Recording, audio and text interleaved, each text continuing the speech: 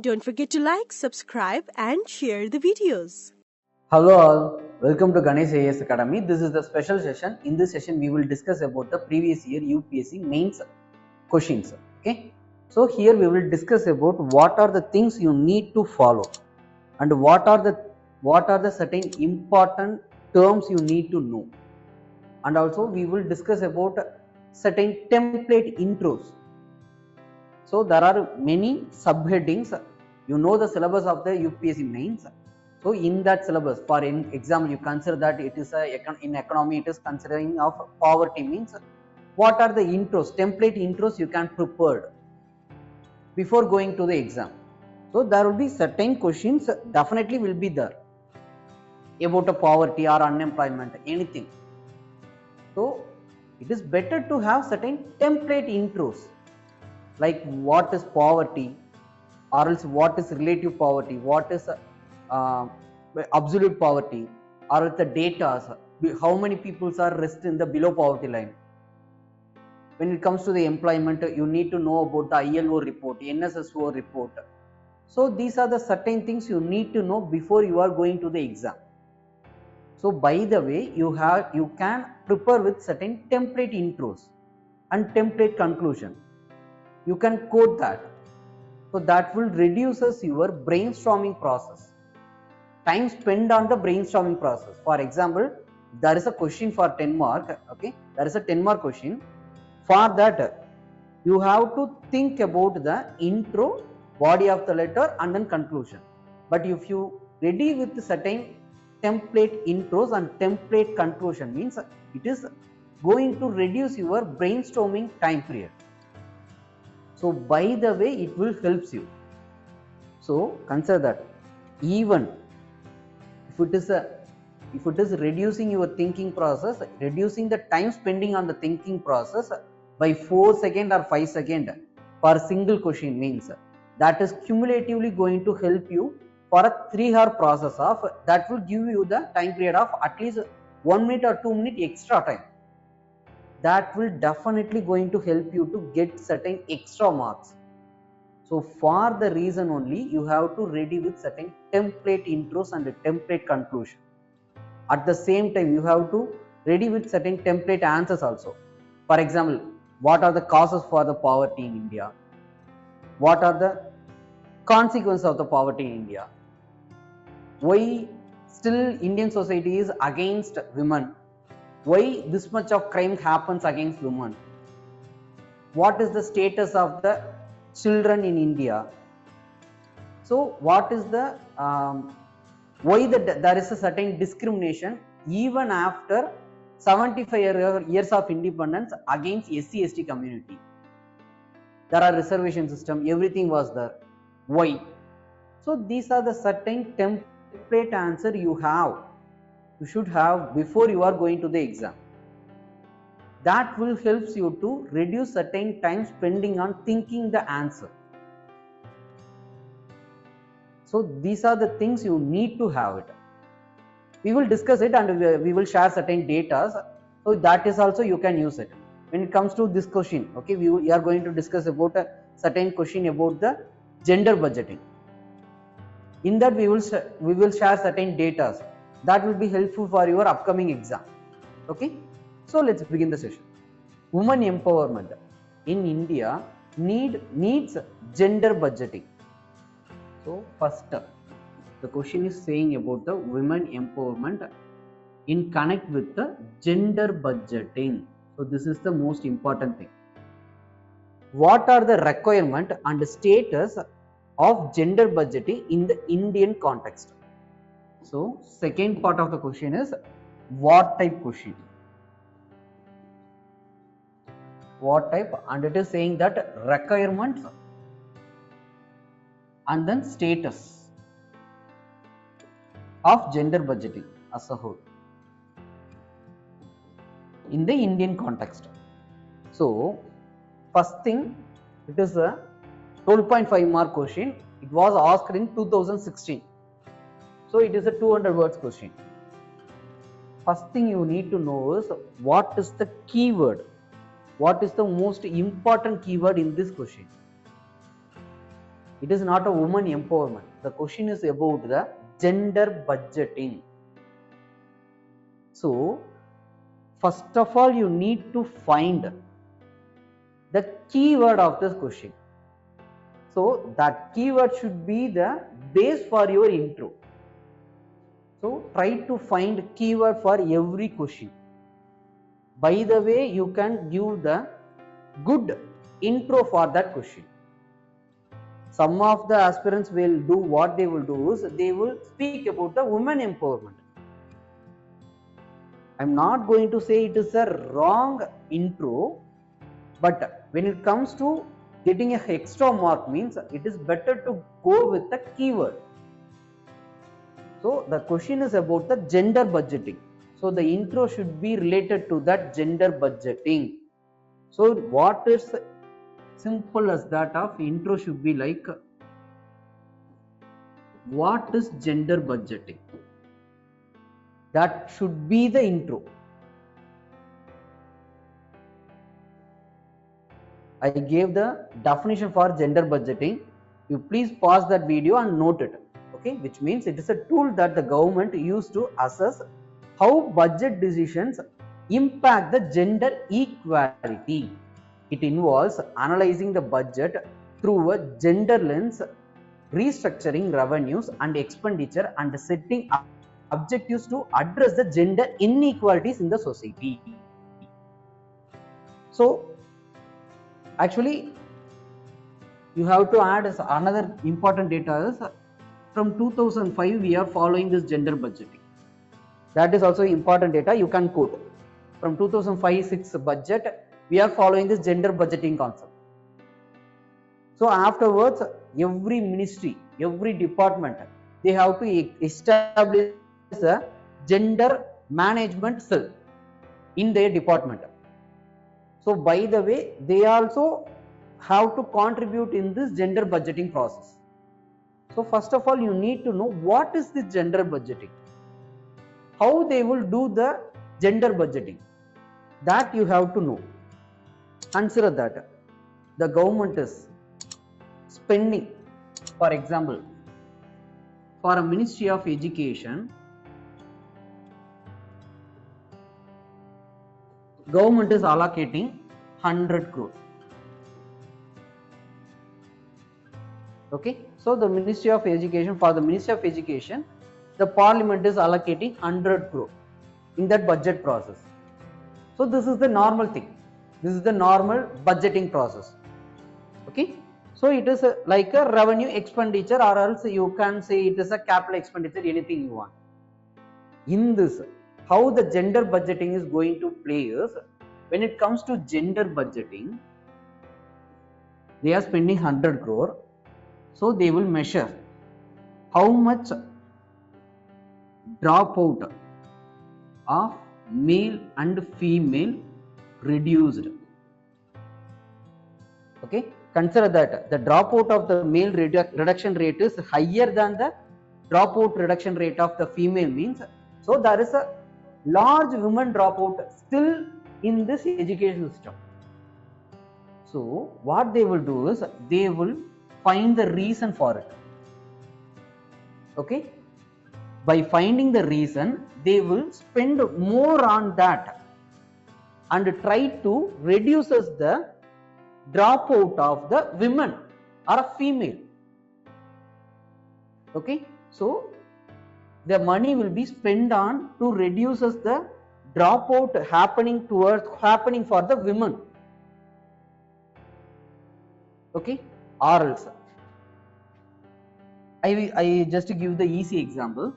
Let's consider the government is constructing a road. Okay, for that road constructing, the government is allocating 100 crore. Okay, so the road is going to be used by both male and female. In that, how the gender budgeting is going to play is, the government will focus on increases the safety of the road. Safety of the road means, it is more to be precise is, they will install more CCTVs, they will install the street lights.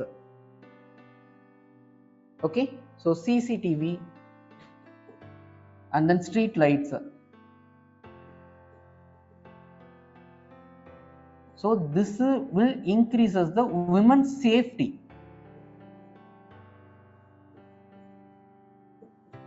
Okay, so this will increases the women's safety.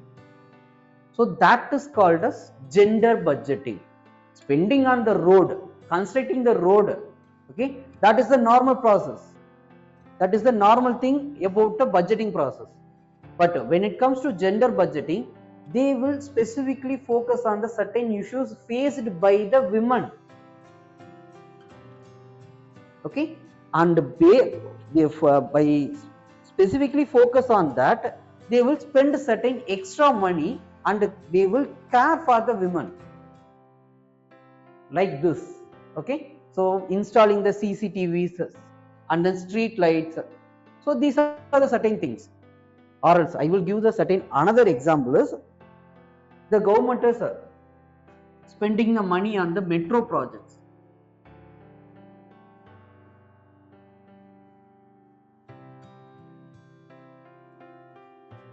Again, consider it is 100 crore. In that, in the metro, there will be the facility for a restroom. There will be a restroom for both women and men.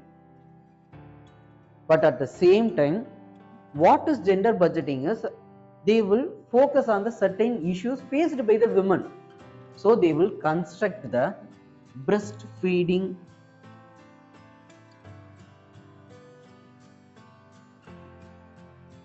rooms.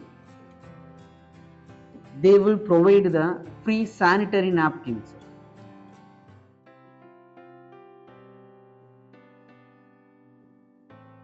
In the restroom, there will be the access to the free sanitary napkins.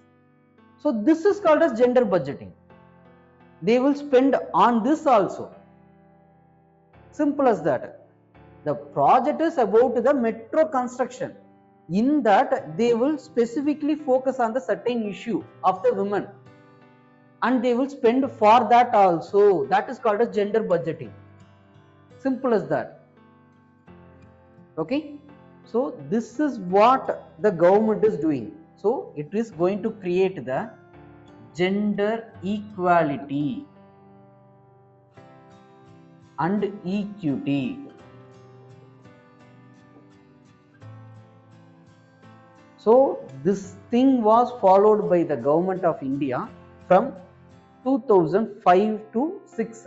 From there, since they are following this. Okay, so this is called as gender budgeting. Now, women empowerment in India needs gender budgeting, obviously. So you have to give the intro and what are the requirements and the status of gender budgeting in the Indian context.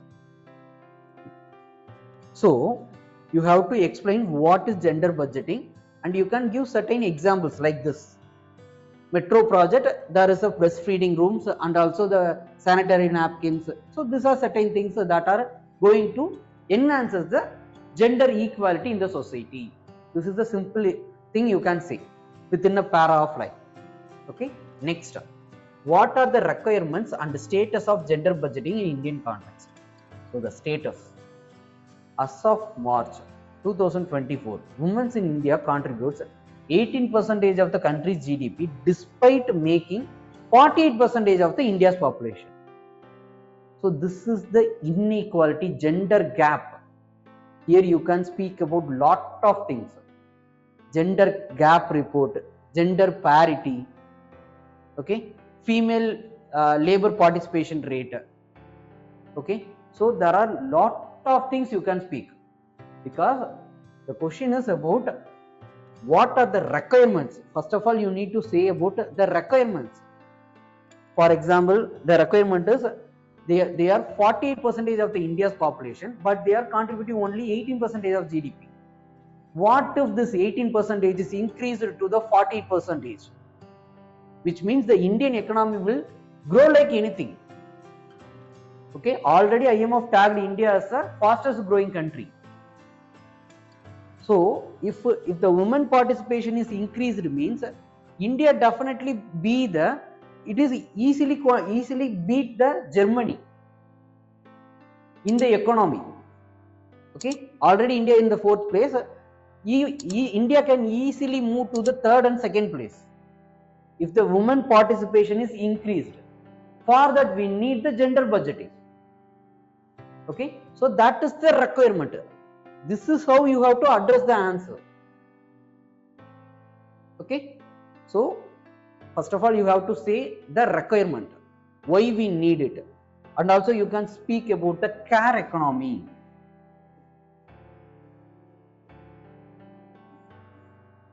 Women do the unpaid household work.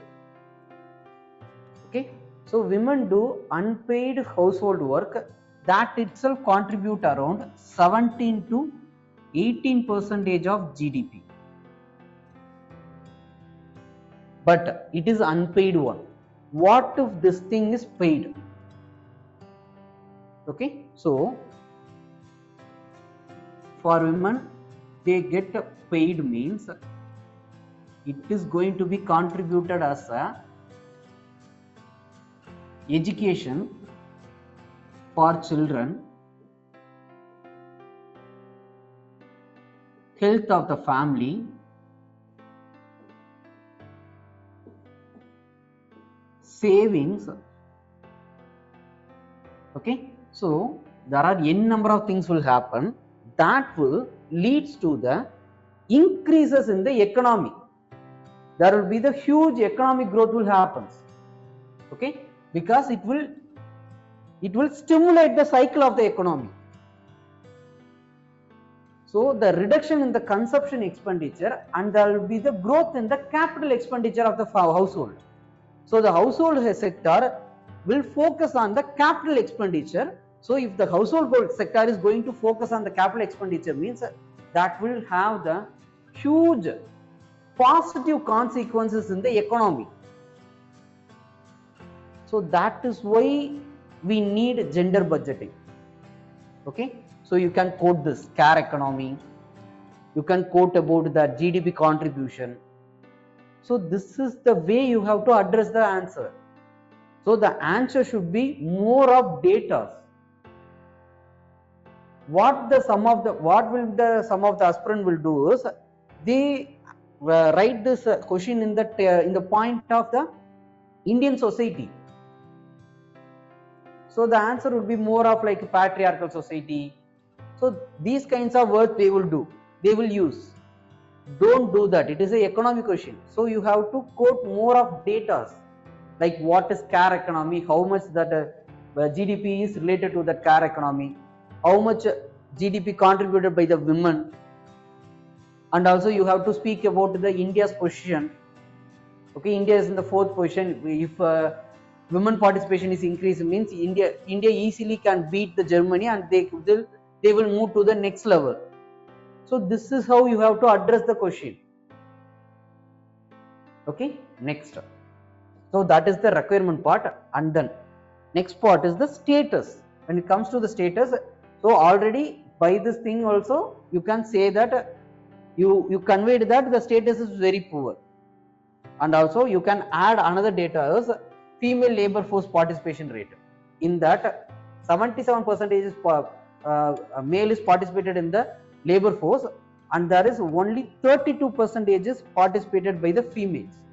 So that is the major concern. Okay, so you can quote that, and also there are various other data based on the agriculture, mining, manufacturing, services. So these are the certain data. You just pause this video and make a screenshot of it, and you can use it in the upcoming mains exam, or else there may be any questions related to this in a prelims also. Okay, based on the statement type question. So these are the certain data you can use. Okay, so this is the way you have to address this question. So when it comes to the economy, you need to know about lot of data. So without any data, if you are going to answer any question means, even though you can give lot of answer, but you can't get any good marks. The reason is, if it is an economy, it needs certain data. So that is the more important thing. Okay, thank you.